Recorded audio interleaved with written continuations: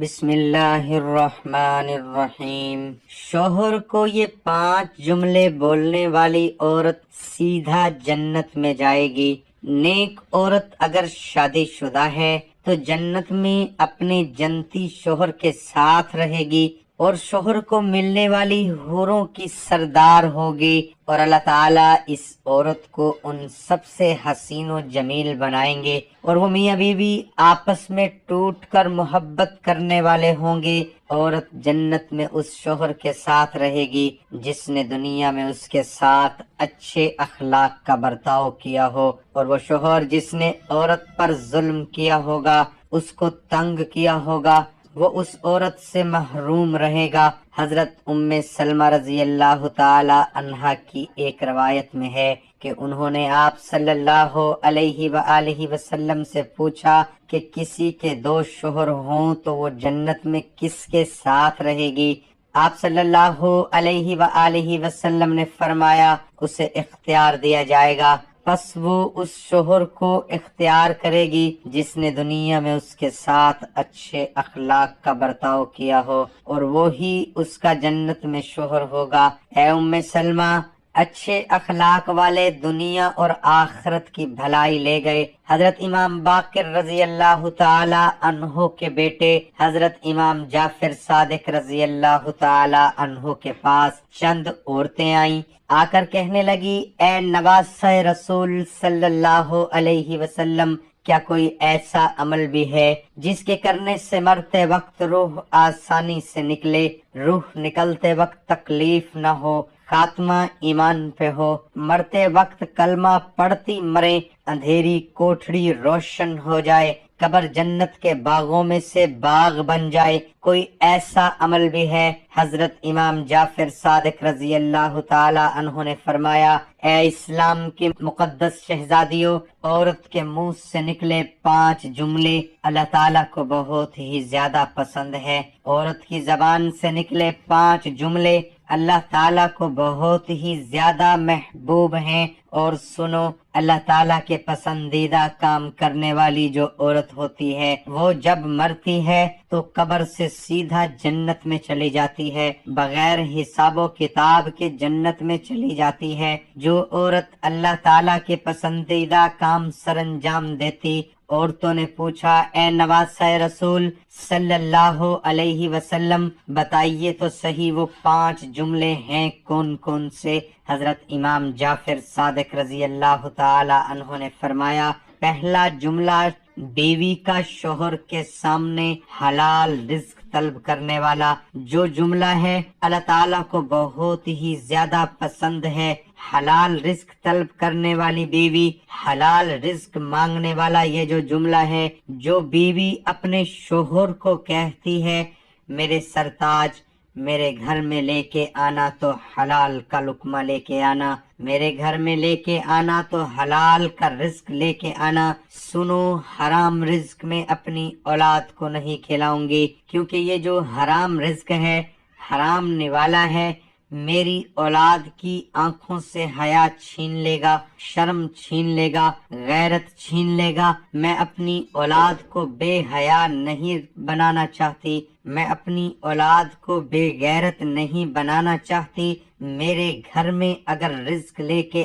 آنا تو حلال رزق لے کے آنا۔ ایک صحابی کا رلا دینے والا واقعہ ملاحظہ فرمائیے۔ ایک غریب صحابی تھا، وہ روزانہ محنت مزدوری کرنے کے لیے صبح سویرے گھر سے باہر نکل جاتا، روزی کی تلاش میں نکل جاتا، شام کو روزی کر کے واپس گھر میں آ جاتا، خود بھی کھاتا، اپنی غریب بیوی کو بھی کھلاتا۔ ایک دن یہ حسب معمول گھر سے باہر نکلا، سارا دن خاک چھانتا رہا، پورا دن روزی تلاش کرتا رہا، مزدوری تلاش کرتا رہا، اسے کوئی مزدوری نہ ملی، روزی نہ ملی، خالی ہاتھ شام کو گھر واپس آ گیا۔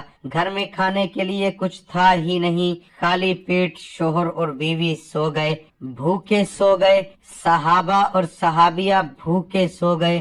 دوسرے دن پھر حسب معمول گھر سے باہر نکلا، روزی کی تلاش میں سارا دن خاک چھانتا رہا، روزی نہ ملی، کام نہ ملا،